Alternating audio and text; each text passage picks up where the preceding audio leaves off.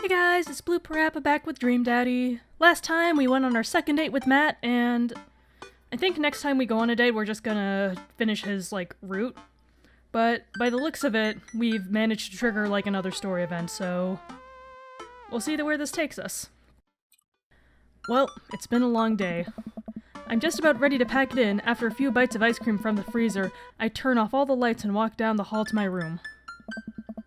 I wonder if Amanda's still awake. That kid needs some sleep. As I pass her room, I hear a faint sound, but can't quite make out what it is. I get a little closer. Is she crying? I knock gently on the door. Hey, Amanda. The crying immediately stops. Not right now. Her voice sounds strange. She sniffles. I need to make sure she's okay. I open the door. In the dark, I can see Amanda's outline in the middle of her bed, knees hugged up against her body. Is everything okay? I don't want to talk about it. Did something happen? Leave her alone. No,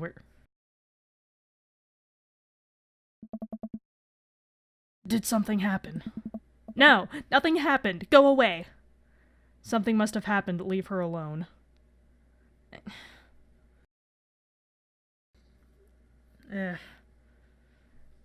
For, all of the Amanda things, up until now, I've kind of been going off, what I want in Amanda's position, but, I feel like this is just the wrong option, so... Okay. Amanda. Get out! Okay. I quickly leave her room and shut the door behind me. Once the door closes, I can hear her crying again. Wow. What has her so upset? She seemed fine earlier. She's usually so open with me. Did I do something wrong? Is she mad at me?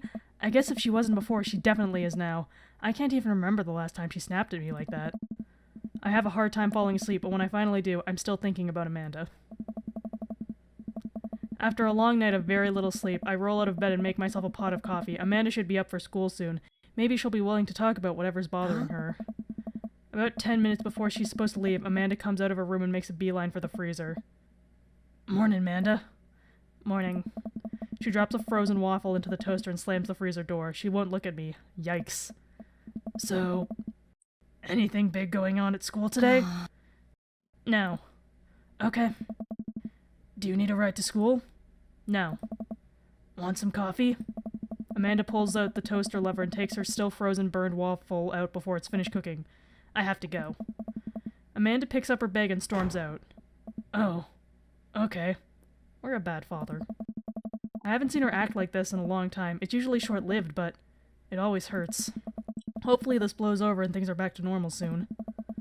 I sit back at the kitchen table and look at the picture of Amanda and I hanging on a wall. In it, I'm teaching her how to ride a bike. Her face is a mixture of excitement and pure unadulterated fear. I remember how determined she was. Every time she would fall off and scrape her knee, she would get up and try it again. Finally, I had to stop her because she was bleeding everywhere. Then she started to cry because she didn't think she needed bandages and wanted to keep trying. As I put the bike away, she just stood in the middle of the street and screamed. Then I took her for ice cream and it was like nothing ever happened. After giving it a bit of thought, I decided that if I force her to talk about it, I'm only going to make things worse. But I have an idea. I start rummaging around for ingredients. I hear Amanda walk in the door. Instead of heading for the kitchen like she usually does, she makes a beeline for her room. She's clearly trying to avoid me. Hey, Pumpkin. What? Can you come here for a sec? There's a moment of silence. Yeah. I wanted to say sorry about last night. I'm just worried about you, kiddo. I get scared when I know something's wrong and I get even more scared when I feel like I can't do anything about it. Dad, So just, whatever it is, and you don't have to tell me if you don't want to, but whatever it is, just know that you have a dad in your corner who wants you to be happy. Honey, you know I'm bad with words, so I was hoping I could speak a language we both understand. I pull a cake out of the refrigerator and place it on the table. Hopefully the frosting has set by now. Ta-da! Dad. Sorry you're sad, but I support you 100%.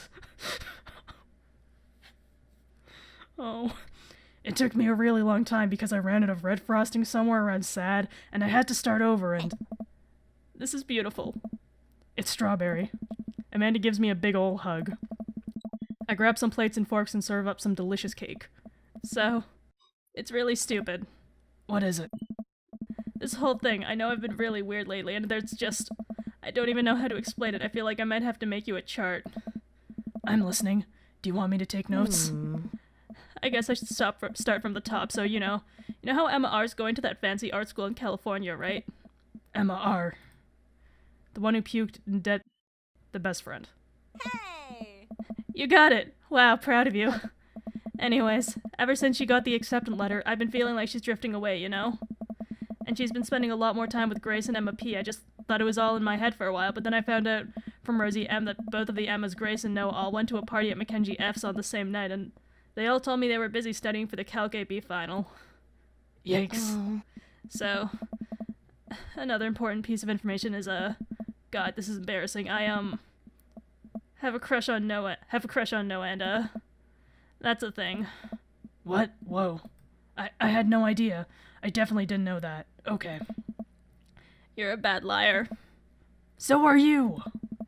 I learned from the worst. Oh no. Anyway, so the only person I told about the crush was Emma R, and she promised not to tell anybody. I didn't confront them about the party thing because I didn't want to start drama, so I just kept quiet and kept going about my business. Amanda sighs. And one day I invite everyone out for nachos at the mall, and after not texting me back for like 2 hours, even though none of them said they'd put their phones down for more than 60 seconds, they all say they're busy, like, simultaneously. So I tell them, never mind, I'll just eat nachos at home, right? But we were out of chips and I really wanted nachos. Totally understandable. So I go to the mall anyway, and I go to the food court, and who do I see there but Grace, Emma P, Emma R, and Noah, all hanging out together and eating nachos. Without me. What? It gets better! I'm standing by the escalators watching them, and I realize that Noah has his arm around Emma R, which is kind of weird, right? But then they kiss! No! Yes, I know, so I storm over there and I'm like, hey! And Grace drops a nacho on her shirt because of course she does, and Emma R is just like, glares at me. Grace. Nothing is coming up. I don't know who that is. Grace is the... Did she poop the bed too? The boring one, the gossipy one. I know! Grace is the one nobody really likes, or I guess that's me now. But anyway, no one will say anything, and I'm just like, you guys suck, which I realize is not the most eloquent thing to say, but I was very angry and really embarrassed and just wanted to get out of there. So I left, without nachos, might I add, which only further contributed to the shitty day, and immediately drafted a super long text to the group chat asking them why they've been so weird. And I wrote another one to Emma R asking how long the Noah thing's been going on, and... Oh, sorry, I know that's a lot. You still following? What did Emma R say? I'm a little confused, but I think I understand. I have no idea what's happening. Oh, okay, get a load of this. Emma R says... You know what, let me just read it to you. Amanda pulls out her phone and reads, word for word, and an arduously long string of text messages. Can you believe that? I can believe that. I cannot believe that. Why didn't we get to... I wanted to know the drama, okay. I care so much about Amanda's social life and mental well-being, but man, do I not understand what she's talking about. That's not what I meant! This is all beyond me, but I'm trying my hardest to be supportive. Oh. They were dating in secret for, like, months. So I told her that she's being a really terrible friend. She's like, well, if you think I'm so terrible, then just stop being my friend. And I was like, okay, and then she left me on read, and then... Wait, left me on read? What's that? Oh, like, she saw my messages and didn't reply. And I know because there are read receipts. I don't know what read receipts are, but I'm just gonna nod and pretend I understand. Gotcha. So while this is all happening, I'm talking to Emma P about how mad I am, because she's at least being kind of reasonable, and I'm venting to her about how pissed I am at everybody and stuff. And out of nowhere, Noah texts me and is like, how could you say that about me? And I'm like, say what about you? And he tells me that Emma P sent screenshots of everything I told her to the group chat, and I got kicked out of it. Alright, I think you lost me at the screenshots, but that definitely sounds bad. There's so much more, but honestly, it's all just really stupid teenager stuff. And the bottom line is that everybody dropped me. Half of my grade hates me, and now I have no friends. Amanda, I'm so sorry. I almost expected it from everybody else, but Emma R's been there since Mom died. I can't believe she would just stab me in the back like that.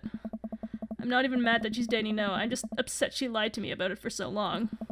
Amanda stabs at the remnants of her cake. Okay. I take it back. I'm kind of mad she's dating Noah. Like, what did I do wrong? Why did everybody just suddenly decide I'm not cool anymore? Why wasn't I enough? I don't understand. And as mad as I am at everyone, like, I miss them, Dad. Amanda looks so dejected I almost can't take it. What could I possibly say to help? Anyways, that's it.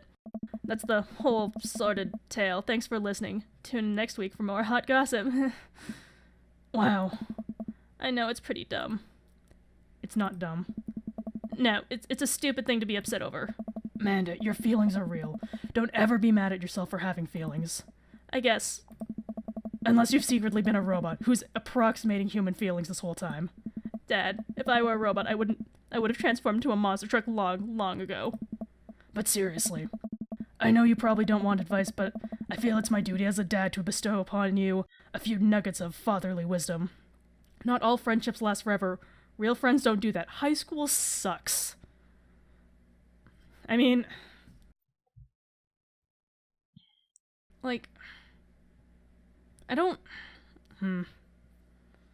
Honestly, just because of my own experiences, I just want to be like, look, kid, it's high school, and I know it really is awful because, like, this girl was your best friend, and she just, like, acted like a bitch out of nowhere, but you have a few months left, you're gonna go to school, you're gonna go to college, and you never have to think about these assholes again.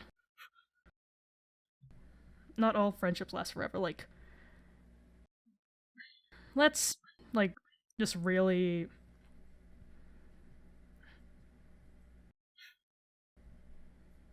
I mean, real friends don't do that, but I don't think that's what she needs to hear right now.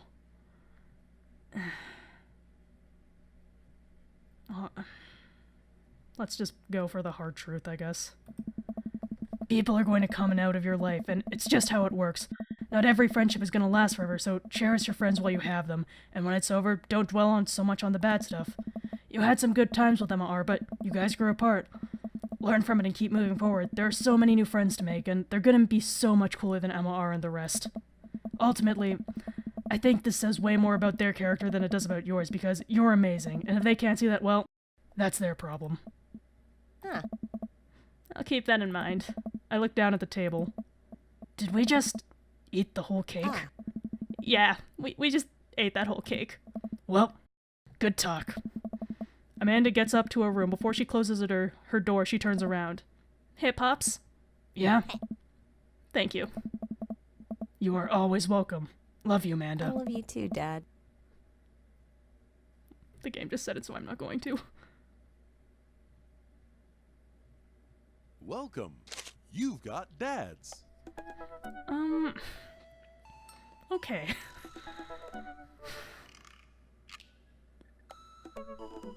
I think just because if I do a date, it's gonna be like... This episode's gonna be much longer.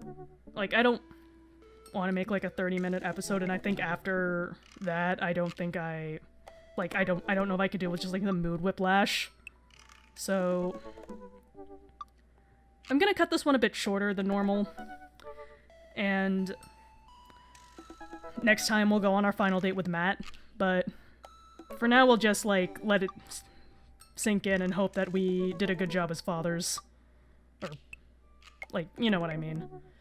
But yeah, see you guys next time.